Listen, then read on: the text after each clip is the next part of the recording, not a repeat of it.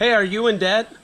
Well, then check out this video for you. We're going to go over 7 of the baby steps that we use to help us get out of $50,000 in debt.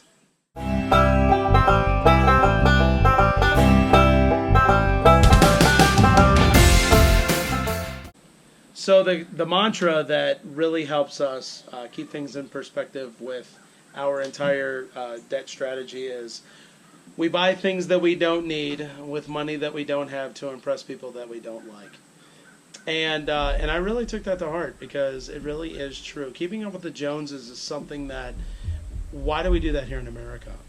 We can be content in our own rights, and why impress those people? You know, it's like it's important to impress our family. It's important to impress those that mean something to us. So please keep that in mind as you learn about these wonderful debt reducing strategies that we'll talk about in this video. Hey, what's going on, YouTube? We're enjoying a sweet tea. Really just thinking about where we've come from. It's been one of those things that we want to just both reconnect and reestablish our wonderful roots that we have with you guys, both from the Paleo Mama website as well as, you know, any new subscribers to our YouTube channel. We just want to let you just peer into our lives and see what we've been doing.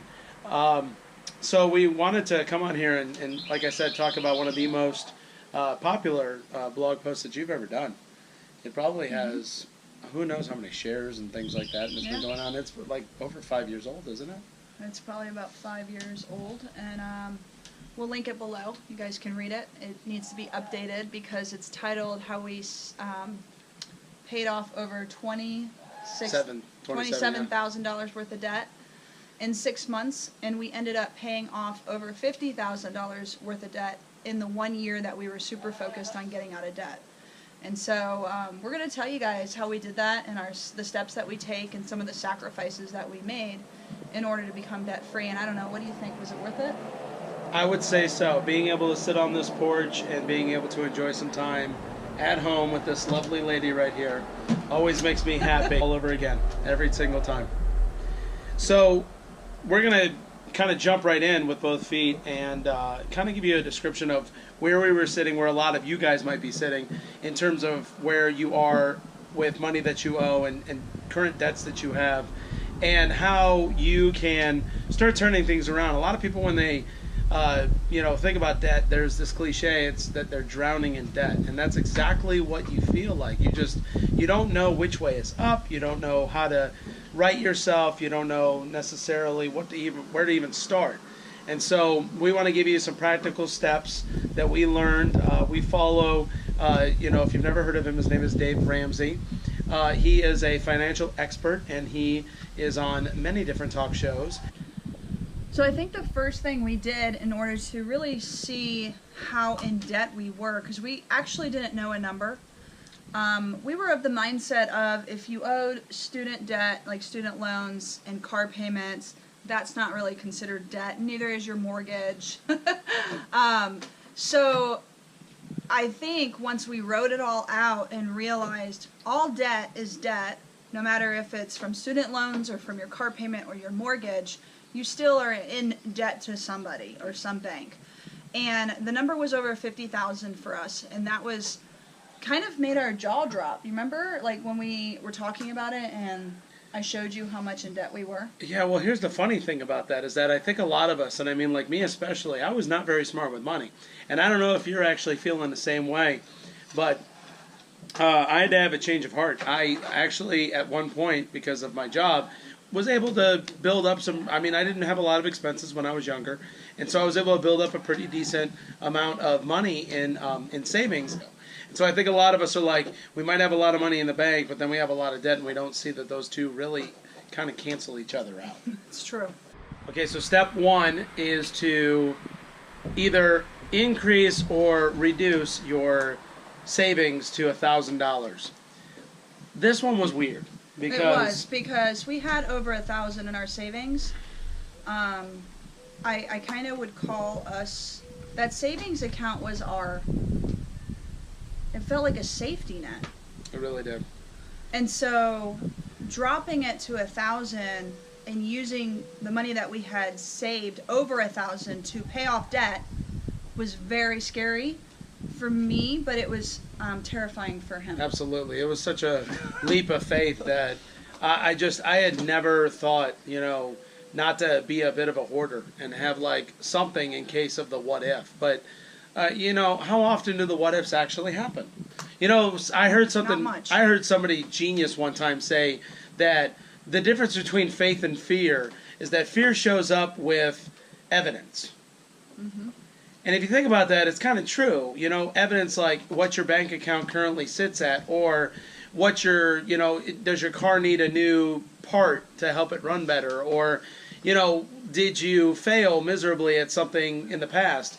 It shows up with things, whereas faith is like, you got to step back out there again and just realize that it doesn't matter, and, wherever I land, and everything's going to be just fine. Mm-hmm. But that's step one. Yeah, so if you don't have 1,000 in your account, you save up till you get that 1,000. Share with you guys the steps that we take. So number one, write out all of your debt. Student loans, mortgage, car loans, credit card debt, all of that. If you owe Tommy $50, everybody, Right. write it all down. Write it all out. Number two is you start your snowball effect. And in order to do that, what you do is you write down every single debt that you have. Write out every single debt from least to greatest. Interest does not matter. And you start paying off your least amount of debt. And tell them why you start with the least. Yeah, so just for an example, you got a $50 credit card debt, you got a $150 credit card debt, you got a $5,000 card payment remaining, and then you got like, I don't know, let's just say a $10,000 student loan or something like that. The reason why you start off with the littlest amount is because that's the one that will help you use that amount of money toward the larger ones. And so what Dave Ramsey refers to that as is called the debt snowball. So if I pay off that $50 debt, I now have $50 in money that I was paying my minimum interest on, and now I actually have that amount that's been alleviated from my total debt, and now I can take that $50 and pay that into, take my lowest payment and start paying that into my larger payments. Therefore, what you're doing is you're taking larger Pac-Man sized bites out of larger debts because you were operating with that shorter amount of money anyway. And so if you could still operate with the money that you were using and then be able to take your debt and work it against itself, then you'll be able to pay off those larger amounts more quickly. The lowest one first is to get some really fast wins. And so those will create excitement in you. And every time you rip up that bill, you, just like Frank said, you take, if I had a $50 debt and I'm making $5 a month payments to it, now I've paid that off. Now I can pay an extra on the next bigger debt. You do all of this in step two by following a very strict budget. It's called the zero-based budget, which is super scary. Totally because terrifying. What you're doing is you are balancing your checkbook at zero to where you have no money left over at the end of the month, and you are using all of that money very wisely. So quick pro tip is that a lot of banks these days actually have a pie chart, and you can actually see kind of where all of your money is going over the course of the month, and so that you can use that as a starting block. You'll see where you're overspending. Areas that we were overspending was definitely random trips to the grocery store. So what we did was we started following a meal plan, and I'll link that below, the meal plan service that we use. And this is a great way for you to do one big trip to the grocery store following a meal plan, so you're not doing random things here and there, buying way too much meat when you have stuff in the freezer that you can be using, or just various other things. Go pick up a coffee at a cafe or something like that. You'd be surprised at exactly, when you look at it, I think on average, Americans can spend easily in excess, $1,000 or $2,000 on their daily cup of coffee. Now, we didn't cut out coffee, so don't get us wrong.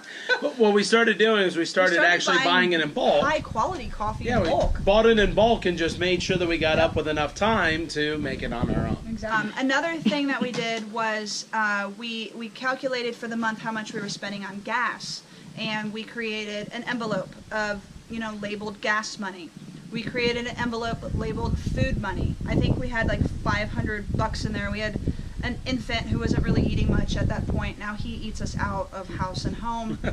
Because he's not an infant anymore. Probably eats 2 pounds of bacon a month. He's awesome. So our envelope, you know, we had $500 for groceries. We used it with the meal plan, and when that money ran out, that was it. We raided the pantry. That was it. And here's the cool thing is that, you know, if you have 2 other envelopes, you have like discretionary money. Yeah. You have like discretionary money as well.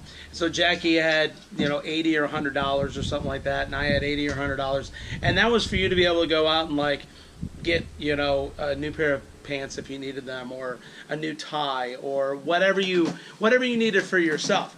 And the best part is that like I noticed that I wasn't actually even using that discretionary money, and so like within a month I had built, or within a couple of months I had built up an extra 20 here, extra 40 there, and sure enough I had like $300-400 in my wallet, and I'm like, where's all this from, you know? And we said, let's pay off debt with it. Absolutely. Jackie is going to go over a list of really great practical tips. One of the biggest ones is we canceled our iPhone. And I know that scares a lot of you, and you're like, no, I'm never going to do that. Now, we've since have gotten our iPhones back. And we're about to cancel them again. But that's the funny thing is that we're coming back around and wanting to cancel them again. The only reason why is for like, I'm going to miss like 1 or 2 apps that really help us out with our business. It's completely up to you, but it's what we did, and we just didn't feel like we need to keep up with the Joneses. I mean, once you hear the numbers, we were paying $160 a month for both of our iPhones, and this was 5-6 years ago. It's at least, you know, $260 a month now for most people who have iPhones. That's for 2 phones. For 2 phones. And we were able to drop our cell phone payment to $60 a month. We also cut our cable. Step 2. Handmaid's Tale. Cut that stinking cable. Cut that cable. That's a payment that you don't... The thing was, I partnered with doTERRA essential oils. We were thick into our Snowball when doTERRA kind of became a part of my brand as the Paleo Mama. And so I wanted to bring in an extra income, and we saw a great opportunity in doTERRA. We still are really have an awesome doTERRA team that we love and support and encourage, and that really helped to, you know, any income that I made, anything from the blog or doTERRA, we put toward whatever debt we were whatever bill we were focusing on. Yeah, we were working at that point. We were working on my income to pay the bills and to keep a roof over our head, and everything that she made was what we considered kind of discretionary income, and we channeled it toward that. So if you need an MLM or a multi-level marketing company to go with, find what you're passionate about, and it's a great way to make that side money to help you pay off that debt. It was a really great strategy that worked for us. On our team who are able to do similar things, and if you're interested, we'll link down below where you can learn how to work with us with doTERRA. The next thing that we did, we made everything from scratch, and if you have essential oils, baking soda, vinegar, shea butter, and coconut oil, you can make so many things. She has. We'll put another link down below about a laundry detergent that she switched over. Yeah. That uses a couple of different products that I think you were saying like you figured it out. It's like what, 2 cents a load. It's 2 cents a load. 2 cents a load. So we'll have that. We'll have that in the comments below as well. We still make it. I still whipped up a we have it right batch downstairs. probably a month ago. It Yep. lasts maybe 2 or 3 months. Another thing that we did is we cut a lot of our bills down by calling the company and saying we couldn't afford to make the payment anymore. This is bold, folks. This is something that it requires some wheeling and dealing. Yeah, it was a subscription service that we really enjoy and we really like, but you know, just it seemed like it was a little outlandish for the amount that we were paying in a 1 month period, I think, or a 3 month period, however we had it set up. So I called them up and I just simply said, you know, I was still a good customer for at least a year, if you will, and I just kind of said, I just love the service. I think it's fantastic. I'm just having some trouble trying to make that payment. And guys, they slashed it to like... Some of them 75%. Easily. Yeah. I mean, like, it was amazing. All I had to simply do is just simply ask. Just ask. So just ask, and the worst thing that they're going to say is no. And then what you need to do is, once you hang up that conversation with them, is ask yourself, is this something that I actually truly need, or is this something that I more like want? You know, it's going to take a lot of discipline on your hand, but, you know, give them those calls and just simply ask the question. That's the worst they could say to you. Is KonMari philosophy of, Yes. you know, if we're not using this thing, and we said personally, like, number one, does it bring us joy? And then two, if it brings us joy, when was the last time we used it? Was it something that we actually used in the last 6 months? So we were literally holding stuff up to each other going, have you used this? We were joking about it No. after a while. We go, does this bring you joy? Does this bring you joy? Yeah, it was just so much fun because it was just kind of like, no, but getting rid of the stuff does. Purging is so... It's cathartic. It makes you feel awesome. amazing. Like, you sit there and realize, you know, when they say in Fight Club, a really awesome quote that I remember from Fight Club is, you know, the things that you end up owning you. And so, like, I had no problem. I was just kind of like, yep, not using you, gone. A big sacrifice we made was we became a one-car family. Remember that? Yep, that's a tough one for, if you guys have to have 2 cars, do it. So if you can do that, so if you can't get away with doing the 1-car thing, do the 2-car thing, but make one of them just super reliable. Yeah, but if you can do the 1-car thing, I was a stay-at-home mom, and I dropped him off at work during that time. And I rode my bike a lot because I worked. And you rode your bike. And I rode my bike a lot because I was able to actually get away with that because I was close enough. Yep. It's only but a couple of miles away. Yep. So if you want a free printable of the strategies that we took to get out of debt, I made a special guide for you, and you can print it out using the link below. All right, so hopefully that was a ton of meat for you to start working on, and we're going to let you digest on that. We're going to actually do this in a 3-part series where we're going to talk about baby step 3, 4, and 5, and then we'll go ahead and do part 3. We'll talk about 6 and 7. Hey YouTube, if you like the content that you're receiving, please make sure that you comment, subscribe down below, and make sure that you also like us, because that lets us know that we are on point with the content that we're giving you, because once again, it is all about you, our wonderful YouTube subscribers, and we always want to deliver that content that will absolutely make an impact in your life and the life of your friends.